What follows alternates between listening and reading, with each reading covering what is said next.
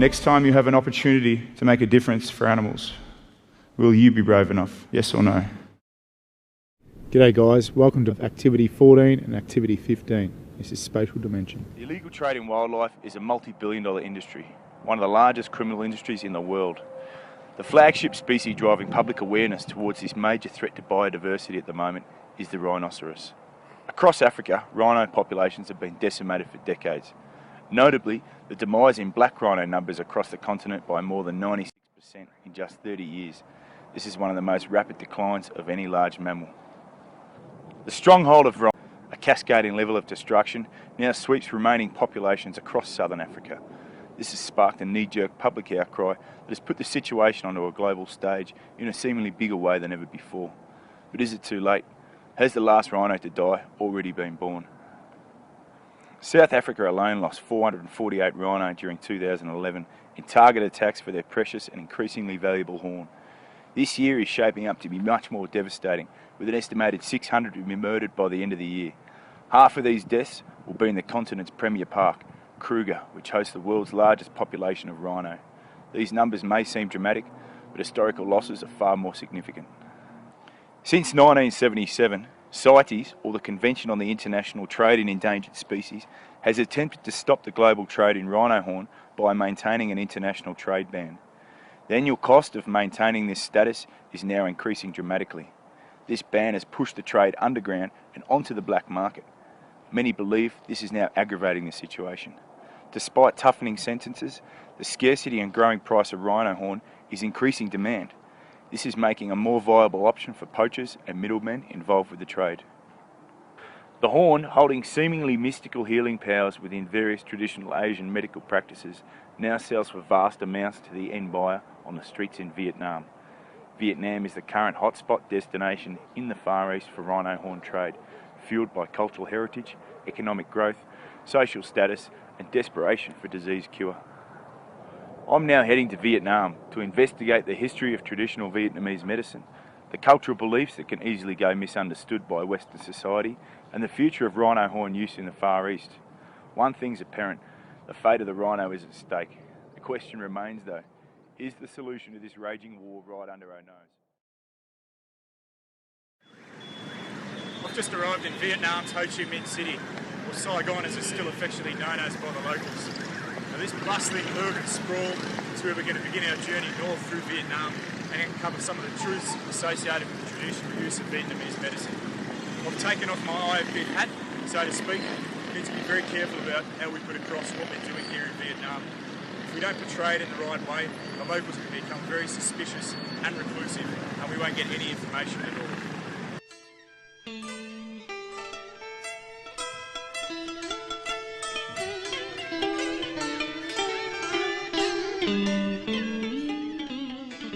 Although Vietnam is modernising quickly, traditional medicine has not disappeared and if anything is gaining something of a revitalisation.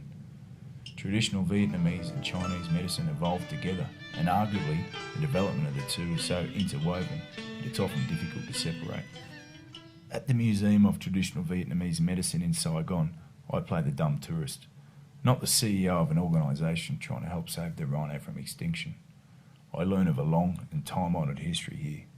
This is where Vietnam, traditional Vietnamese medicine began, more than 2,500 years ago. Yeah. As far back as the 2nd century BC, hundreds of medical herbs were discovered. Among them were also precious compounds such as pearl, tortoiseshell, aloe wood, rhinoceros horn and cinnamon. Through trial and error, many kinds of food, vegetable, fruit, herbs and natural compounds were discovered to be drugs or medicines. Whereas this traditional medicine was once only used for the poor, it's now more likely to be used by the middle and upper classes that find their way to a traditional physician either because Western medicine isn't working for them or because they're sceptical about Western medicine in Vietnam. Today, 1/3 of Vietnamese rely exclusively on traditional medicine. What percentage of the population would you say uses traditional medicine? The Vietnamese until now, so maybe it's about 80%. 80% of the population? But in Ho Chi Minh City or some of the big towns, and many people combine the traditional medicine and Oriental medicine, modern traditional medicine. I also frequently witness a combination of practices between Western medicine and traditional medicine. It's not uncommon for a patient to be admitted to hospital and treated by a doctor trained extensively in both disciplines.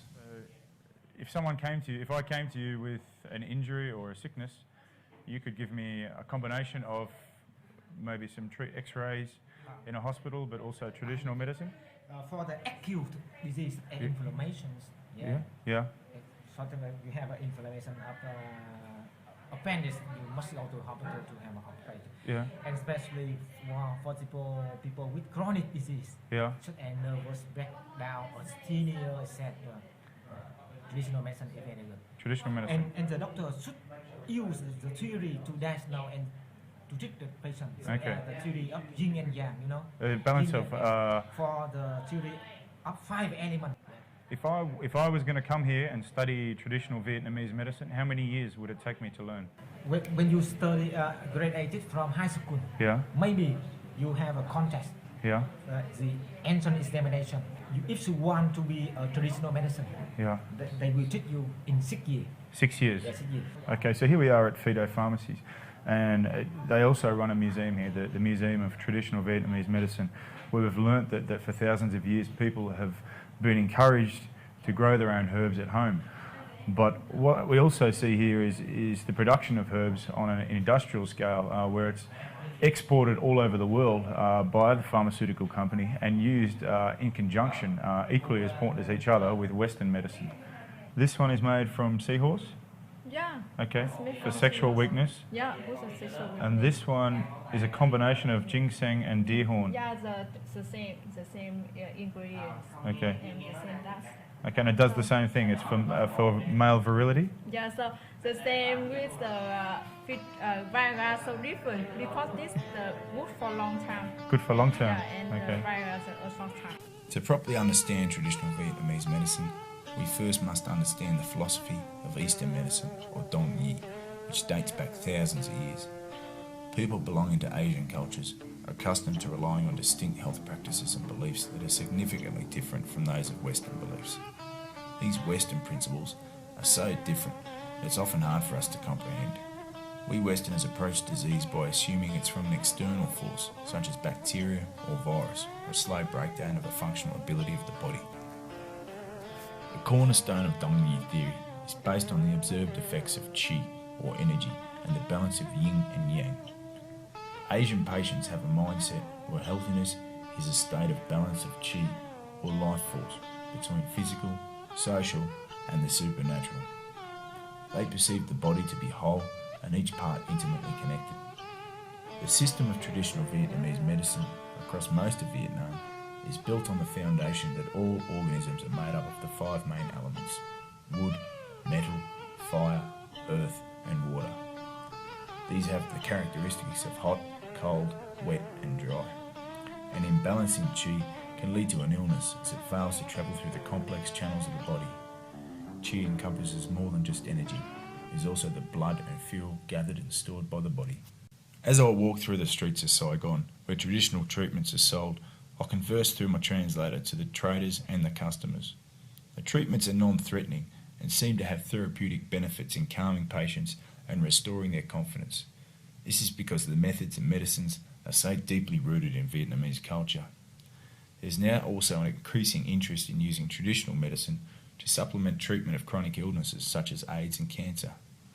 We're just looking at one of the stores here, and already we see bear bile ducks here, also seahorse. There's porcupine quills from Africa. There's also a few different teeth here that I recognise, and we're just really starting off our journey through here.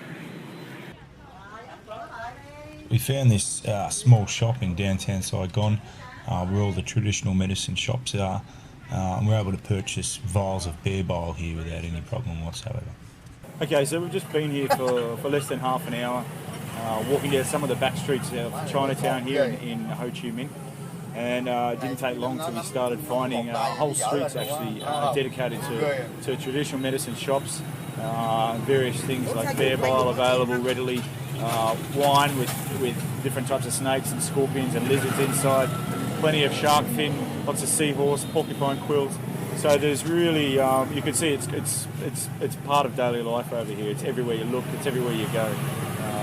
It's something that is obviously deeply entrenched with these people. And just from what we've learnt this morning, speaking to some of the various people that use it, they consider it part of their life.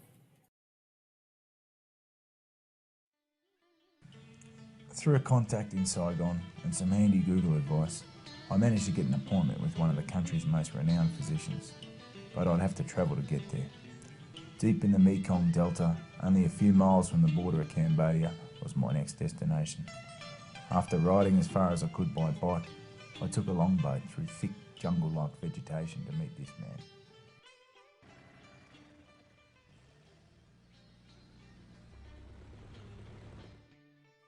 Yang Van B, usually referred to as Ong Ba Dat Phen, translates to the man in the second position of the family in the acid land. After studying and eventually lecturing in Western medicine, Mr. B then moved to Dong Thap Moi and set up the 1,000 hectare sustainable nature reserve, from where he practices traditional medicine and runs a pharmaceutical company. For the past 28 years, he's transformed the area into a series of jungle canals, nurseries and balanced ecosystems between plants, animals and communities. The many laboratories on site attract international guests studying both Dongyi and Western medicine. Mr. B claims to be able to accurately use all of the natural plants appearing in Vietnamese medicine and is leading efforts to rewrite ancient scriptures. The majority of traditional healers can only use around 80% of these plants at most. He sleeps 4 hours a day and has not personally utilised any form of Western medicine for nearly 3 decades. We spoke at great length on arrival, eating and drinking with he and his wife. The awe of the man and his hospitality was humbling to be around. He drove us around the reserve, explaining the many intricate ecological balances that revolve around each other. He spoke of previous issues similar to Africa: poaching, invasive species, fire, and community resentment against a protected area, all issues he'd eventually overcome. I became increasingly uneasy as I struggled to think of how I would approach the issue of rhino horn with him. That the rhino horn trade is illegal is commonly known in Vietnam, yet it doesn't restrict its use, and if anything, makes it a seemingly more desirable commodity. After arriving back at the main reception area, I took out my laptop and started the 2010 60 minutes documentary of our team darting and dehorning rhino in Africa. We reached the point where the chainsaw was tearing through the horn of the great black rhino bull Shungu, and eventually it dropped to the ground. I stood holding the horn in my hand, something so desired in the Far East, something so valuable. We watched the animal receive the antidote, rise and run off in a cloud of dust. The impact was profound. I had his attention. It was time to talk. We started a conversation that went on for 5 hours and would leave my interpreter exhausted, asleep at the table. I explained this great war raging in Africa, of conservationists trying to save the rhino from extinction and poachers from many levels of society risking their life to get their hands on this prize for sale to the Far East. I told him we're losing the war. I wasn't in Vietnam to point fingers, rather to understand the history and culture of traditional Vietnamese medicine and the use of rhino horn. Was there a future for it, and could education efforts from the West persuade against its use? I aim to understand the desperation we're facing and the angle of my approach in Vietnam. Can the market demand be changed? If it can, how? If it can't, then what? What are some of the solutions that we can propose here today? Vì theo tôi nghĩ đây là một cái vấn đề nó khá phức tạp và rất là lớn. Cho nên để mà giải quyết được vấn đề này thì theo tôi nghĩ là phải có một cái cuộc nghiên cứu khoa học mà nó hết sức là nghiêm túc. Còn những cái việc thêu dệt của nó trong đông y hay là trong cái kinh nghiệm dân gian chữa bệnh thì giờ này tôi nghĩ không đủ sức thuyết phục để thuyết phục các cái tổ chức của thế giới mà ủng hộ chúng ta làm cái này để làm chữa bệnh. Thì tôi nghĩ là phải có cuộc nghiên cứu khoa học một cách nghiêm túc và phải có một cái sự tham gia của các cơ quan chuyên môn như là viện đông y chẳng hạn. Và một phần nữa đó, thì tôi nghĩ là cái này là một vấn đề là phải có nghiên cứu về nuôi sinh sản nó Thì bởi có cái nguồn chữa bệnh chứ mình nói nghiên cứu có tác dụng trị bệnh mà nó không có nguyên liệu là đi khai thác hoang dã, thì chẳng khác nào khuyến khích người ta để giết cái con vật hoang dã. Spent a good 5 hours last night chatting with Mr. B. Took us quite a while to build up that trust initially and make him understand of who we are and our reasons for being here. But once we achieved that, he was quite forthcoming with information. He said the horn in Vietnam is being used quite a lot at the moment by wealthy people for the cure of cancer. He doesn't believe that it can cure cancer. What he does believe, and he said he can prove scientifically, is that it can cure fever. So that was quite interesting to hear from him. He was quite passionate about it, and you know, initially in the first stages of the meeting, he said, "You Western people don't understand our Vietnamese culture." And I explained, we're here trying to understand it. We want to understand it so we know what is going on here. We constantly see and hear nowadays that rhino horn has been scientifically proven to have no medicinal qualities. This may be so in Western medicine, but for over 1,000 years it's helped to regulate imbalances within Eastern medicine. If we start to understand the balances associated with yin and yang, then we should see that certain compounds such as rhino horn, which may not make sense to Western medicine, could make perfect sense to a culture in which this philosophy is ingrained. If we start to accept how intertwined this culture is with everyday society, we should appreciate that it's mostly unchangeable. Next time you have an opportunity to make a difference for animals, will you be brave enough? Yes or no? G'day guys, welcome to Activity 14 and Activity 15. This is Spatial Dimension. So me and Steve travelled to Vietnam. The reason we went there is we wanted to learn more about the culture that uses this traditional medicine. And it's a culture that's been around for thousands and thousands of years, and rhino horn has been a part of that traditional medicine for thousands of years itself. Traditional medicine is something that is very deeply ingrained in society, and it's often hard for a Western culture to understand how deeply ingrained it is and how much they believe in it and how much it does work for them. And so we often approach subjects such as the use of rhino horn in a fairly ignorant manner. And if we don't understand the culture that we're dealing with, which is an Asian culture, if we don't understand that and their side of things, it's often hard for us to treat the problem properly. Traditional medicine focuses on maintaining certain balances within the body, qi and imbalances.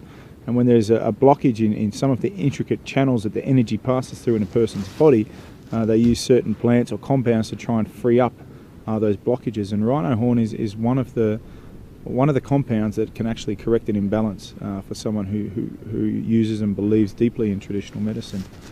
Some of the other uses it's had throughout history is ornamental use, and particularly in Yemen, where it was used as a dagger handle. So a young adolescent boy wishing to enter manhood would be presented with a dagger handle, and that would signify him coming of manhood. The major focus at the moment is in Vietnam and China. Now in Vietnam, Vietnamese don't travel much. They stay at home in their own country and spend a rising disposable income on consumer-related and status-related goods, and one of those things is rhino horn. Vietnam is an emerging economic superpower in the region, and they definitely have the capacity to be buying up consumer-related goods such as rhino horn, which can cost between $65,000 and $75,000 a kilogram. Now, for someone that wants to look good in front of their business buddies, passing around a bit of rhino horn at a party or sitting a rhino horn on your mantelpiece at home is a pretty good way to do it. They may not even use it for traditional medicine, and they may not even believe in it. But what it does indicate to the people around them in that inner circle is that, hey, I got this sort of money to throw around. I can afford to have something that's worth this much just sitting on my mantelpiece at home. And it's no different to us, someone in Western society throwing a fancy painting above their fireplace or driving a Ferrari. But if all of a sudden everyone had a Ferrari, would anyone want one? Also in Vietnam, a couple of years ago, there was a high-ranking official which came out and said that their cancer had been cured from rhino horn. And now this is quite a very new thing, and whether they were cured or weren't, I doubt very much it had anything to do with the rhino horn. And I stayed with Nguyen Van Bie in Vietnam in the Mekong Delta, and he's one of the the foremost experts in traditional medicine in Vietnam, and he said there's no way that rhino horn can cure cancer.